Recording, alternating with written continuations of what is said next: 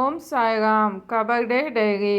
கபர்டே மகன் கனவு நனவாதல். 25/12/1911 காலையில் வழிபாட்டுக்குப் பிறகு சாயி மகராஜ் வெளியே கிளம்பிச் செல்லுவதையும் மகாஜனி மற்றுமுள்ளோரிடமும் அமர்ந்து பேசிக் கொண்டிருப்பதையும் கண்டேன். பல விருந்தினர் புறப்பட்டுச் சென்றனர். இன்னும் பல பேர் வந்து சேர்ந்தனர். சுறுசுறுப்பான தோற்றம் புலப்பட ஆரம்பித்தது. திரு கோவர்த்தன் தாஸ் ஒரு விருந்து கொடுத்தார். சாயி மகராஜை காண வந்திருந்த ஒவ்வொருவரையும் அவர் விருந்துக்கு அழைத்தார். நேற்று இரவு எனது மகன் ஒரு கனவு கண்டான். எங்களது எலிச்பூர் இல்லத்திற்கு சாயி மகராஜும் திரு பாபுசாஹிப் ஜோக்கும் வந்திருப்பது போன்று கண்டதாக கருதுகிறான். சாயிபாபாவுக்கு அவன் உணவு படைக்கின்றான். இவ்வாறாக கனவை பற்றி அவன் என்னிடம் கூறினான். நான் அது வெறும் ஹம்பக் என்று கருதினேன்.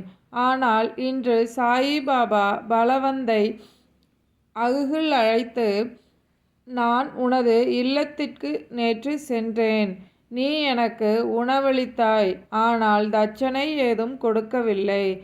தற்சமயம் 25 ரூபாய்கள் எனக்கு நீ தர வேண்டும் என்று கூறினார்.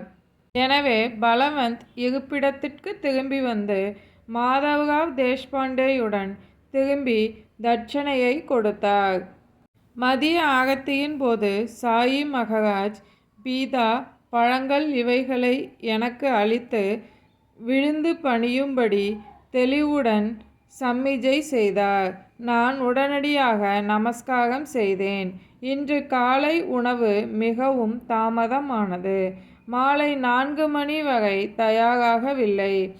கோவர்த்தன் தாசுடன் எங்களது இருப்பிடத்திற்கு அருகில் உள்ள மண்டபத்தில் அவர் சிலவில் நான் உணவு கொண்டேன். இதன்பின் நான் மிகவும் சோம்பலாக உணர்ந்தேன். அமர்ந்து பேசிக் கொண்டிருந்தேன். மாலையில் சாயி மகராஜை அவர் மாலை நேர உலாவரும் போதும் மீண்டும் சாவடிக்கு பஜனை ஊர்வலத்துடன் சென்றபோதும் கண்டேன்.